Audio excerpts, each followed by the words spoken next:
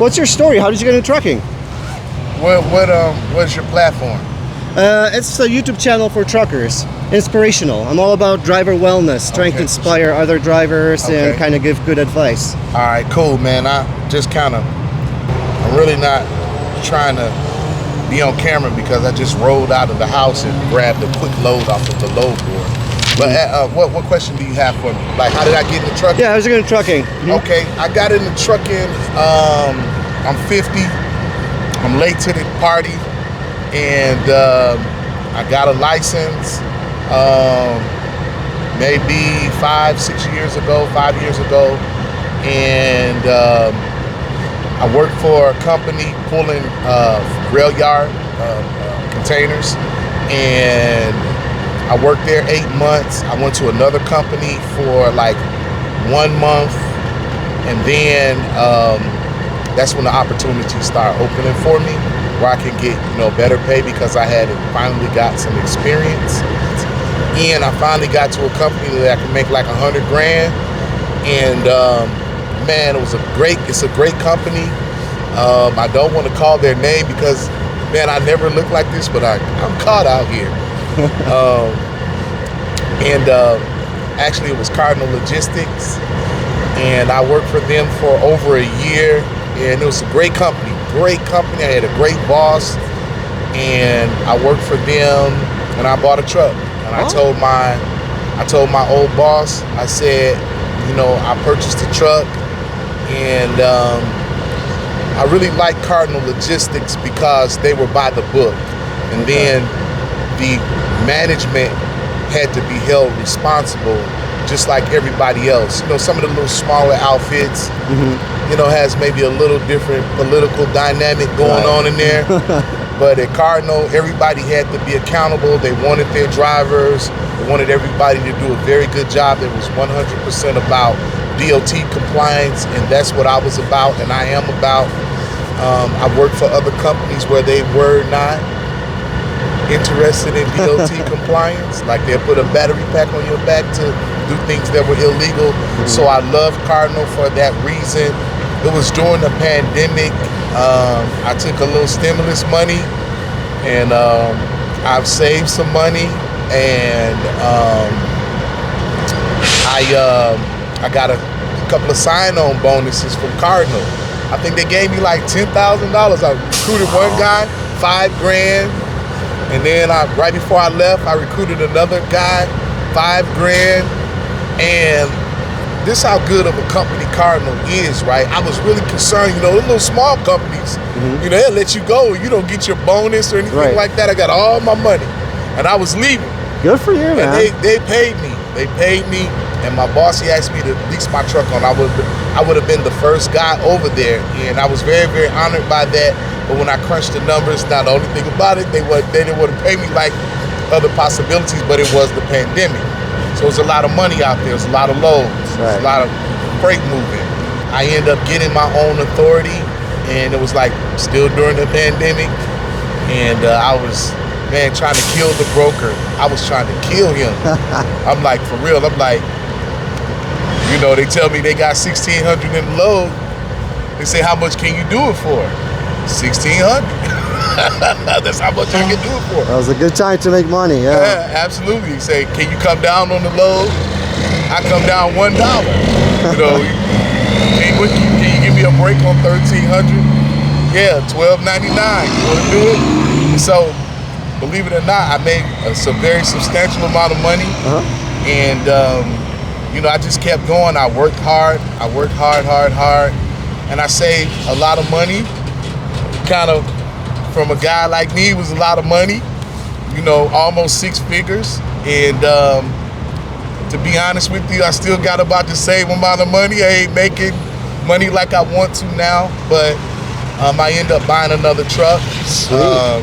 And to be honest with you, man, I'm trying to get my SBE, my DBE, my MBE, because I'm trying to go for government contracts. I realize that you can't make as much money as you like on the load board, and so I'm kind of trying to figure it out. Congratulations getting your own truck, and it's a great success story. Well, You don't owe it to anyone, huh? the jury is still out on the success. I'm stuck at like, I'll be honest. You're on the right path. You Yeah. know? I mean, it hits different, when, now I don't know trucking, I don't know logistics. I will not lie to you and tell you that. But I know a little bit about business. I know a little bit about business credit. I know that I'm a saver and I'm 50 and I'm going through the midlife crisis. This is my last shot at it. So I got to save and I got to win. And I think a lot of determination, stick-to-itiveness, a little bit of what I learned, and just this real sickening desire to save money really put me in a situation like today. I'm not running and I'm gonna be okay. But I got What kind of trucking do you do? Over the road, local? Regional. I got a day cab and a sleeper. The driver, he runs the sleeper, and I play around with my day cab. But I will run it like it's over the road. I will get a hotel. Some of us have day cabs. Some of us pull cars. We be at the hotel. What kind of advice would you give to the other drivers, the younger guys that are starting this business? That's a great question, right? You're gonna need a lot of support, and you're gonna have to learn as much as you can, right? And I was listening to a guy by the name of Pharrell. He's a rapper. He said the strategic scaffolding of mentorship. And I got that and I put it in my iPad. The strategic scaffolding of mentorship. If you don't know, you got to find somebody who knows. Don't try to reinvent the wheel. And you got to learn. You need to know. You need somebody to help you, somebody to guide you. You're going to need to know what type of truck to buy. You need to have a mechanic that you can trust. I'm going to tell you another thing. You need money or credit. I spend a lot of money in repairs. I tell the guy who's thinking about getting into trucking, you need money, you need credit, you need some money. Truck repairs can be a mint. And you don't want to get out here and your truck break down and you don't have money. So I would say some practical stuff, not just some theory type stuff, some pie in the sky type of advice. You need to get a very, very good truck. I would say if you can, get you a pre-emission truck and you can drive a stick, right? And something that you know about, got a history, but I would steer clear of emission, DEF system. That is a racket. They break all the time. It's a mint to fix.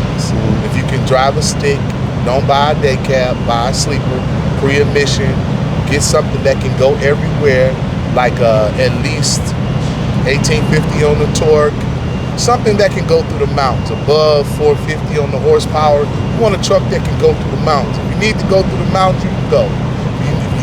Everybody can go flat.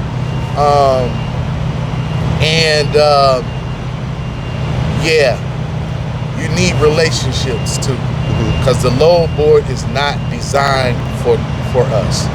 That's, in my view, that's for the broker, that's for the shipper.